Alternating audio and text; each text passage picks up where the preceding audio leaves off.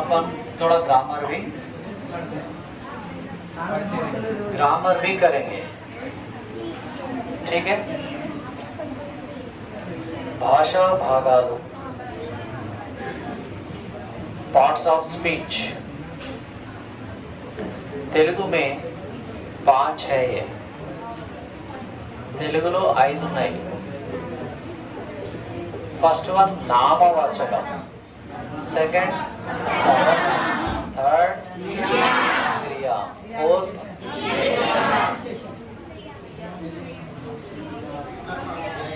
विशेषणम, fifth one अव्ययम.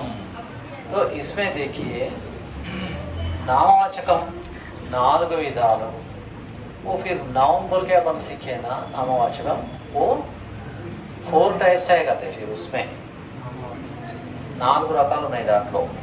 సంజ్ఞా నామవాచకం, జాతి నామవాచకం, गुण नामवाचकम, क्रिया नामवाचकम. संज्ञा, जाति, गुण, क्रिया करके 4 टाइप का है वो, 4 टाइप्स. నామవాచకంలో మళ్ళీ 4 డివిజన్స్, వెరైటీస్. ఓకేనా? 1 సంజ్ఞా నామవాచకం, 2 జాతి నామవాచకం, 3 గుణ నామవాచకం, 4 క్రియా నామవాచకం. चलो नेक्स्ट विशेषणम 9 विधालु. विशेषण 9 टाइप का है कहते, याद रखिए, वेरी वेरी इंपॉर्टेंट. विशेषण इसलिए मैं बोला स्पेशलिटी बोल के याद रखो बोल के, ठीक है ना. इजी हो जाता हो, ये 9 टाइप का याद रखना बहुत मुश्किल है, लेकिन फिर भी आज ग्रामर के बारे में पढ़ रहे ना, थोड़ा मालूम होना चाहिए, ठीक है. 9 टाइप. उसमें संज्ञा प्रयुक्त विशेषणम 1, सेकंड जाति प्रयुक्त विशेषणम, 3rd क्रिया प्रयुक्त विशेषणम, 4th गुण प्रयुक्त विशेषणम, 5 संख्या प्रयुक्त विशेषणम. मैं बोलूंगा पहले नाम सुनिए. संख्या प्रयुक्त विशेषणम, 6th वन द्रव्य प्रयुक्त विशेषणम, 7th वन विधेय विशेषणम, 8th वन क्रिया विशेषणम, 9th वन क्रिया अन्य विशेषणम. ओके ना? इतने टाइप्स के उसमें वेराइटीज है. फिर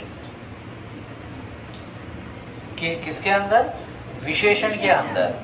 ओके, नाउन के अंदर 4 टाइप है और विशेषण के अंदर 9 टाइप है. फिर वेराइटीज, अलग अलग वेराइटीज. चलो, संज्ञा प्रयुक्त विशेषणम बोले तो व्यक्ति, ओके ना, पर्सन के बारे में. देखिए जैसे रामुडु व्यक्ति पेरु. फिर जाति प्रयुक्त विशेषणम क्षत्रियुडु, एक जाति, ठीक है ना. एंड क्रिया प्रयुक्त विशेषणम क्रिया, काम.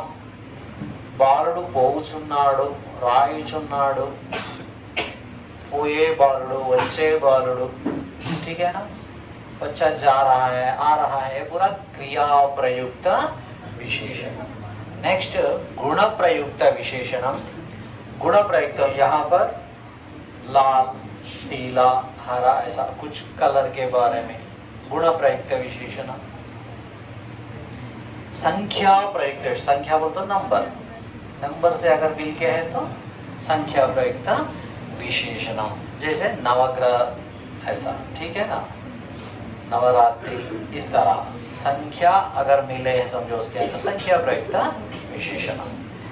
द्रव्य प्रयुक्त विशेषणम, द्रव्य प्रयुक्त विशेषणम बोल के और एक है, उसमें जो है చురుకైన బాలుడు, తెలివి గల బాలుడు, कांतिवंतुడు, इस टाइप का आते हैं. इसीलिए मैं बोला ये कंफ्यूज नहीं होना. स्पेशलिटी बोल के याद रख लो, simple technique. Speciality, any speciality, ఓకేనా. ఏదైనా సరే స్పెషాలిటీ ఉంటే ఏమంటారు దాన్ని? विशेषण अंते. वो 9 टाइप का रहने दो और कुछ ज्यादा भी रहने दो, अपने क्या करने का है. चलो नेक्स्ट विधेय विशेषणम. विधेयता, ओके ना. विधेय विशेषणम बोलते नन्नయ్య पंडितुडु, वो एक पंडित है बोल के मालूम हो रहा है, ठीक है ना. इसको विधेय विशेषणम बोलते हैं. तो क्रिया विशेषणम క్రియా के अंदर విశేషణ చక్కగా చదివాడు బాగా చదివాడు బాగా రాశాడు रायडम क्या है क्रिया है लेकिन उसका विशेषता क्या है बागा किसी चीज को अपन हाईलाइट करके बोले तो वही बस विशेषण ठीक है ना नेक्स्ट क्रिया अन्य विशेषणम చేసిన పని अपन जो काम करते हैं उसको क्रिया अन्य विशेषण बोल के बोलते हैं ये 9 टाइप का है विशेषण ये भी 9 विधालु लेकिन आपको ये सब जरूरत नहीं है जस्ट मालूम होना बोल के बोल रहे हैं ठीक है ना नेक्स्ट अव्यय 2 टाइप्स का है कहते अव्यय अव्यय बोल के अपन पढ़े अव्यय का मतलब लिंग वचन विभक्तुलतो మార్పు చెందని పదాలు मतलब वो किसी भी हालत में बदलते ही नहीं वैसे शब्दों को ही अव्यय कहते हैं वो लिंग कैसा नहीं बदलते बोले तो लिंग रूप से भी नहीं बदलते वचन भी उसमें ऐड नहीं होते ठीक है ना और विभक्तियां हमारे कारक भी ऐड नहीं होते वैसे शब्दों को अपन अव्यय कहते हैं ठीक है ना अव्यय मंटे लिंग वचन विभक्तुलतो మార్పు చెందని పదాలు ओके ना लिंग रूप से वचन रूप से और कारक रूप से भी वो बदलते ही नहीं ठीक है ना मतलब उसको एज इट इज लेना पड़ता कौन सा भी लिंग में लो ठीक है ना वैसे ही लिखना जैसे अयो बोल के है उसको अयोलू बोलते हैं क्या नहीं बोलते अयो बोले तो वो जेंडर कौन सा है स्त्रीलिंग है क्या पुंलिंग है क्या नहीं उसको लिंग भी नहीं है ठीक है ना एक वचन में भी नहीं है वो बहुवचन में भी नहीं मतलब एक वचन में भी वैसे यूज करना बहुवचन में भी वैसे यूज करना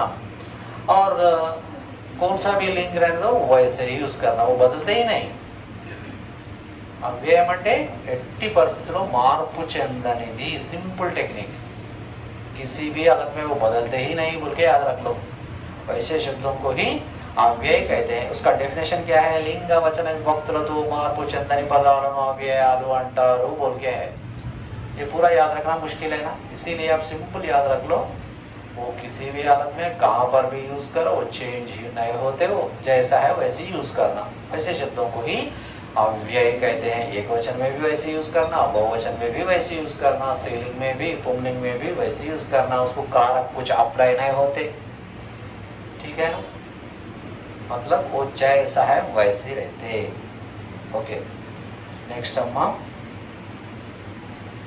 ये प्रतिपदोक्ताव्यय बोल के एक है प्रतिपदोक्ताव्यय और लाक्षणिक अव्यय बोल के 2 टाइप्स का है प्रतिपद उक्त अव्ययम नेक्स्ट लाक्षणिक अव्ययम ठीक है ना ये 2 किस्म के हैं शब्दము పుట్టుకతోనే అవ్యయము शब्द का उत्पन्न मतलब शब्द पैदा होते ही अव्यय आ जाते कहते उसके साथ में तो जैसे ఊరక మిక్కిలి बोल के है समझो तो ये स्टार्ट में ఊరక చూస్తాడు खाली देखते रहते ऐसा बोलते हैं ना ఊరక చూస్తూ ఉంటాడు तो शुरू में ही ये आ जाते हैं और लाक्षणिक अव्ययम और एक लाक्षणिक माने शास्त्र के हिसाब से परफेक्ट उसके कुछ लक्षण रहते हैं कुछ क्वालिटीज रहते हैं वैसे लाक्षणिक अव्यय एक तो प्रतिपदोक्ताव्यय और एक लाक्षणिक अव्ययम ఓకే నా అర్థమైందా అండి 2 టైప్స్ అంటే మీకు అవంతా అవసరం లేదు అవ్యయం అంటే ఏంటి ఎట్టి పరిస్థితుల్లో మార్పు చెందదు అదొకటి గుర్తుపెట్టుకోండి చాలు ఎన్ని రకాలు ఉన్నాయంటే 2 టైప్స్ ఉన్నాయి అని గుర్తుపెట్టుకోండి అంతే ఇంకా మీకు అంత డీప్గా ఎవరు అడగారు కానీ గుర్తుపెట్టుకోండి నెక్స్ట్ అమ్మ క్రియ వర్బ్ 4 విధాలు क्रिया भी 4 टाइप का है करते इसमें 4 वेराइटीज है क्रिया के अंदर सकर्मक क्रिया फर्स्ट वन सकर्मक क्रिया सेकंड अकर्मक क्रिया अकर्मक क्रिया नेक्स्ट समापक क्रिया थर्ड समापक क्रिया फोर्थ असमापक क्रिया देखिए सकर्मक क्रिया माने क्रिया कर्म के साथ मिलजुल कर रहते हैं. సింపుల్ చెప్పాలంటే క్రియ కర్మతో కూడుకొని ఉంటే అది, లేదా క్రియ అనేది కర్మతో కూడుకొని ఉంటే సకర్మక క్రియ. అకర్మక అంటే క్రియ కర్మతో ఉండదు, సంబంధం ఉండదు, దానికి కాదు, ఇది అకర్మక క్రియ. नेक्स्ट समापक क्रिया, क्रिया कंप्लीट हो जाते हैं उसमें, उसको समापक क्रिया बोलते हैं. समापक क्रिया అంటే క్రియ कंप्लीट గా అయిపోతే దాన్ని समापक क्रिया అంటారు. वर्ब कंप्लीट हो गया तो उसको समापक क्रिया. जैसे నేను అన్నం తిన్నాను. ఓకేనా అమ్మా? नेक्स्ट असमापक क्रिया. असमापक माने समाप्त नहीं.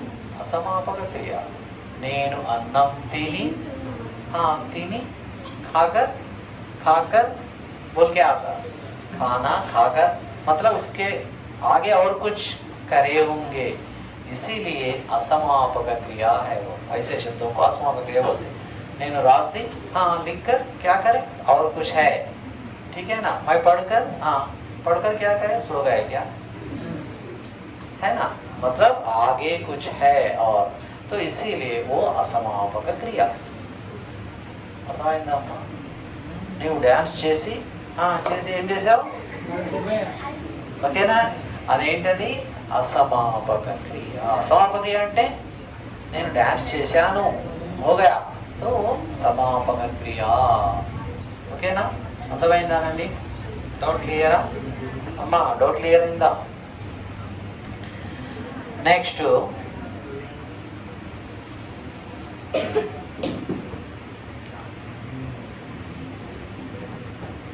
विभक्तुलु कारक.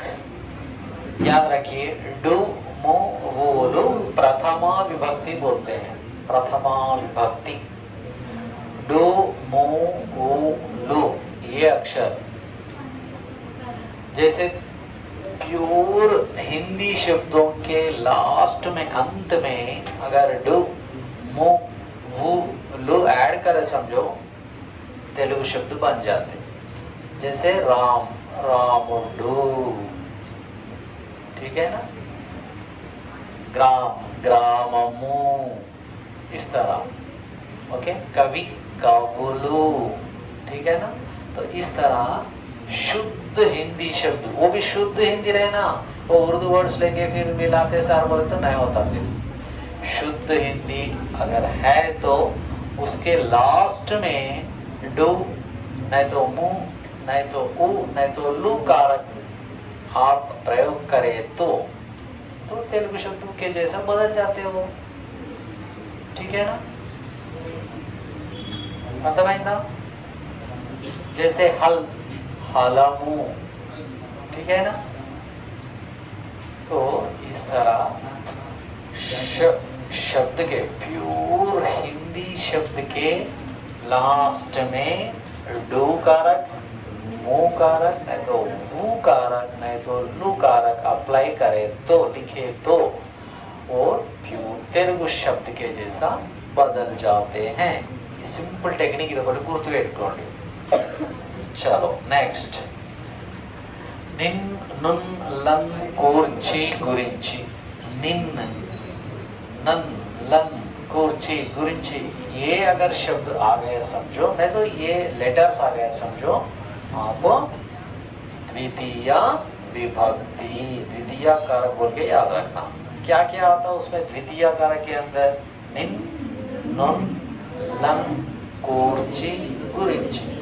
ये ज्यादा फर्स्ट लैंग्वेज वालों को काम में आता है, ठीक है ना. नेक्स्ट चेतन, चेन, तोड़न, तोड़ना. तृतीय विभक्ति. चेतन बोल के भी नहीं तो चे, तोड़न नहीं तो तो, ऐसा, ठीक है ना. तोड़न. चलो चेतन, चेन, तोड़न, तोड़, ये अगर आए तो तृतीय कारक बोल के समझ जाना, तृतीय विभक्ति. नेक्स्ट कोरकुम, कई. तो कोरकू और कई, तो हिंदी में क्या बोलते हैं उसको, बोलिए जरा. के लिए, उनके लिए, इनके लिए बोलते ना, ఆయన కొరకు, ఆమె కొరకు, అతని కొరకు, వారి కొరకు बोलते ना, तो इस तरह, ठीक है ना. కాబట్టి కొరకు అంటే ఏమైతుంది అది విభక్తి. చతుర్, వెరీ గుడ్, చతుర్థి విభక్తి. నెక్స్ట్ అండి వలనన్, కంటెన్, పట్టి, ఇంకా నుండి, ద్వారా, ఇవన్నీ ఏంటివి పంచమి విభక్తి. దీంట్లో లేవు కానీ నేను చెప్తున్నా, గుర్తుపెట్టుకోండి. వలనన్, కంటెన్, పట్టి, నుండి, పంచమి విభక్తి. కిన్, కున్, యొక్క, లోన్, లోపలన్ అని వస్తే షష్ఠీ విభక్తి. షష్ఠీ విభక్తి. तो आप हिंदी में का ऐसा कुछ बोलते हैं, ठीक है ना. उनका, इनका, ఆయన యొక్క, ఆమె యొక్క, అతని యొక్క, వారి యొక్క, నా యొక్క, మా యొక్క, है ना. तो इस तरह యొక్క ज्यादा इस्तेमाल करते हैं, యొక్క शब्द. तो ये क्या है, किन, कुन, యొక్క, लोन, लोपलन, ऐसे शब्द आए तो षष्ठी तत्पुरुष समास. अंदुन, नन, अंदुन, नन अगर आए तो सप्तमी. वेरी गुड, सप्तमी विभक्ति. अम्मा बानवचनी, वेरी गुड, सप्तमी विभक्ति अम्मा, सप्तमी कारक, ठीक है ना. नेक्स्ट ओ, ओई, ओरी, ओसी. तो ये शब्द अष्टमी ఉండదు, నవమి ఉండదు, దశమి ఉండదు. ఏముంటది చెప్పండి, సంబోధన ప్రథమ విభక్తి. ओई, देखो मैं ओई बोलते ही क्या बोले, श्री चरण कुछ बोल रहे वहां पर, मतलब ये संबोधन, ठीक है ना. సంబోధన విభక్తి అంటే ఏంటి, మనం పేరు తెలియనప్పుడు ఏం చేస్తాం, ఓయ్ ఓయ్ అంటాం కదా. జస్ట్ మీరు ఏమంటారు, హలో అంటారు కదా, పిలుస్తారు ఎవరన్నా, అదేంటి సంబోధన. సంబోధన అంటే పిలుపు. గుర్తుపెట్టుకోండి సింపుల్ గా, సంబోధన మానే बुलाना, पिलुपु. पर किसी को बुलाते ना जी, उनका मालूम नहीं है, समझो ओए ओए అంటాం కదా, కదా. तो సంబోధన ప్రథమ విభక్తి.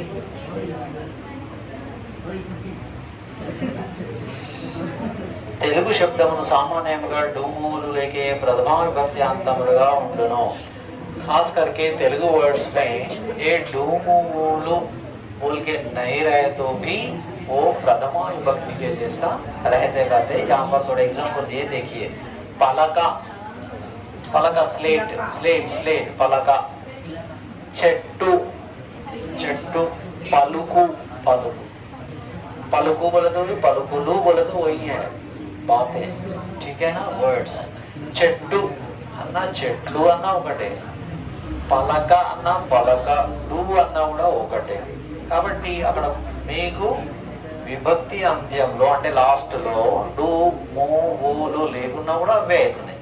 కాబట్టి జనరల్ గా తెలుగులో ఈ విభక్తి అంత్యంలో ఏవైతే డూములు అన్నారో అవి లేకున్నా కూడా అవి ప్రథమ విభక్తిగానే ఉంటాయి. డౌట్ క్లియర్ అయిందా అమ్మా, చెప్పండి. రైట్.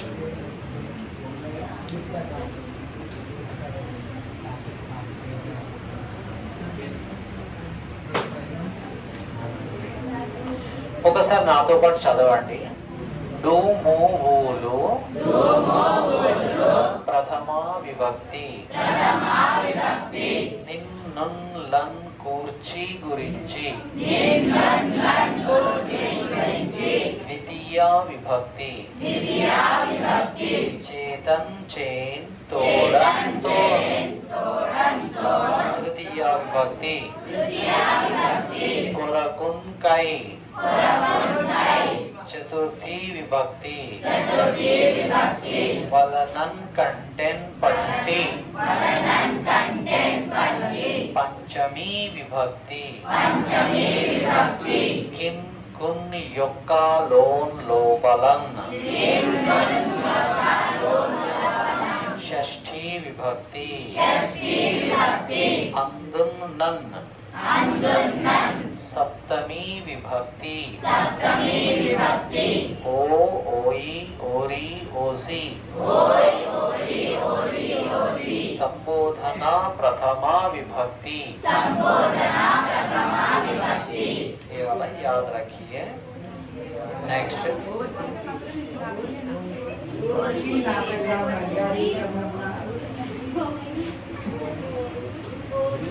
नेक्स्ट वचनमुलु वचनमुलु ओके वचन के बारे में देखिए संख्यను తెలుపునది वचनम ఇవి రెండు విధాలు टू टाइप्स का है वचन। वचन क्या करते हैं संख्या के बारे में बताते हैं। संख्या संख्या माने नंबर नंबर ఓకే నా అమ్మా సంఖ్య అంటే నంబర్ అమ్మా నంబర్ ను గురించి తెలియజేసేదే వచనం। नंबर के बारे में बताने वाले शब्द को ही अपन वचन कहते हैं। ये कितने टाइप्स के हैं? एक तो आपको मालूम है एक वचन और एक తెలుగులో ఏక వచనము బహువచనము రెండు విధాలు ఓకేనా। సపోజ్ కలం కలములు కలము माने पेन पिल्ली पिल्ली बहुवचन पिल्ली एक वचन पिल्लुलू बोलना पिल्लिलू नहीं ली नहीं पिल्लुलू यस यस ठीक है ना यस।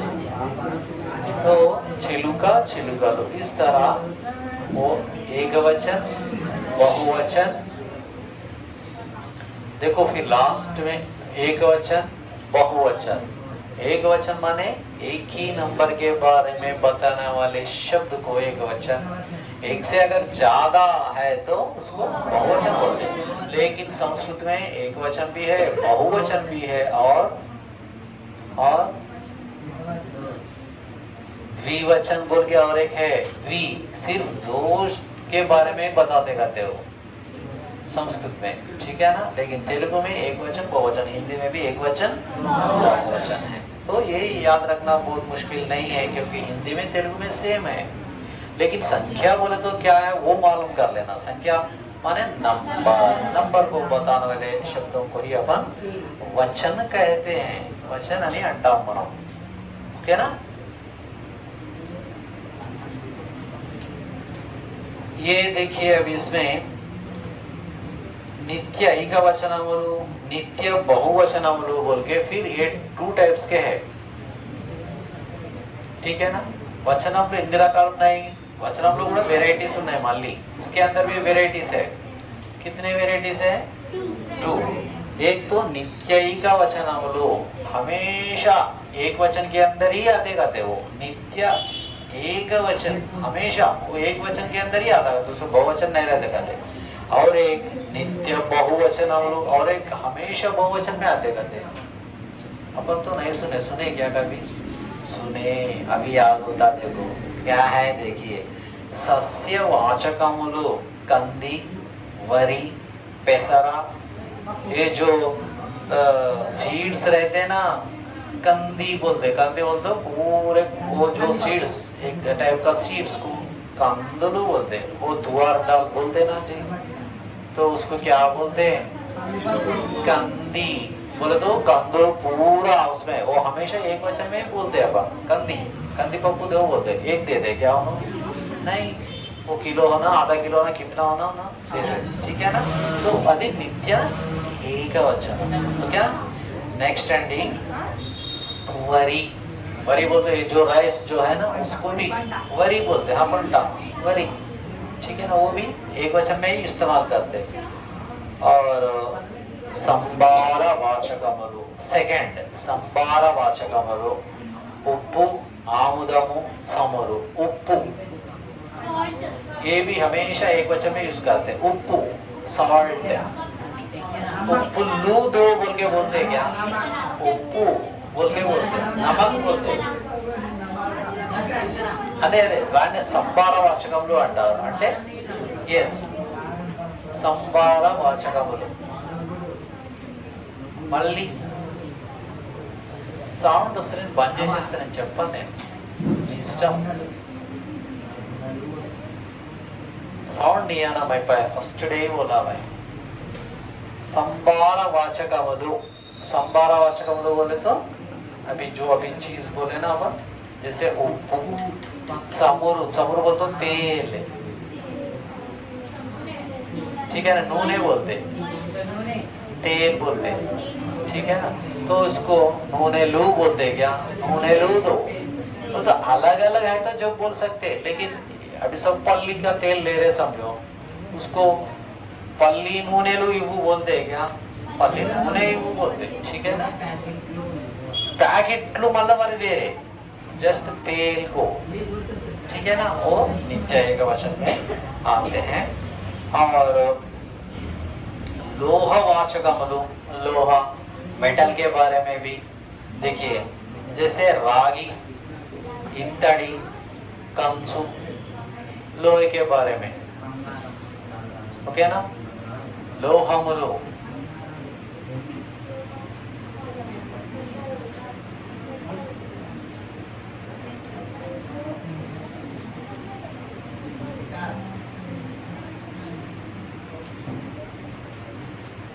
क्या कर रहे थे तुम? Sit down. लोहा वाचकमुलु, रागी, इत्तड़ी, कंचु, कॉपर, ब्रास. हाँ, कंचु बोले तो ये पीतल और ये क्या बोलते हैं उसको, एक टाइप का मेटल, वो दो मिला के, जैसे मंदिरों के अंदर घंटियां रहते हैं ना जी, वो पूरा कंचु से बनाते. थोड़ा भी ऐसा अपन टच करे समझो, ज्यादा देर तक आवाज करते रहते, उसको कंचु बोलते. कंचु, उसका वैल्यू कम रहता मगर आवाज ज्यादा होता. और सोना है समझो, उसका वैल्यू ज्यादा रहता, आवाज बिल्कुल कम रहता. सोने को कभी मार के देखो, सोने का रिंग है समझो, नीचे गिराओ, थोड़ा ही आवाज आके बंद हो जाता. लेकिन वही कंचु का तुम ऐसा डाल के देखो, बहुत देर तक बजते रहते, उसका आवाज आते रहते. जैसे घड़ी, पुराने घड़ियों के अंदर जो घंटियां रहते ना, वो भी टन बोल के मारते, बहुत देर तक उसका आवाज आते रहते, ठीक है ना. जैसे मंदिरों के अंदर बेल्स, वो पहले जमाने में उससे ही बनाते थे, ठीक है ना. दानी कंचु अंटारू. रागी, कॉपर, इत्तड़ी, वो जो ब्रास है वो पूरा इत्तड़ी, ठीक है ना. ये भी हमेशा अपन एक वचन में ही लेते हैं. और गुणा नामवाचकमुलु, गुण नामवाचकमुलु जैसे तेलुपु, नलुपु. तेलुपु, तेलुपु रंग बोलते थे.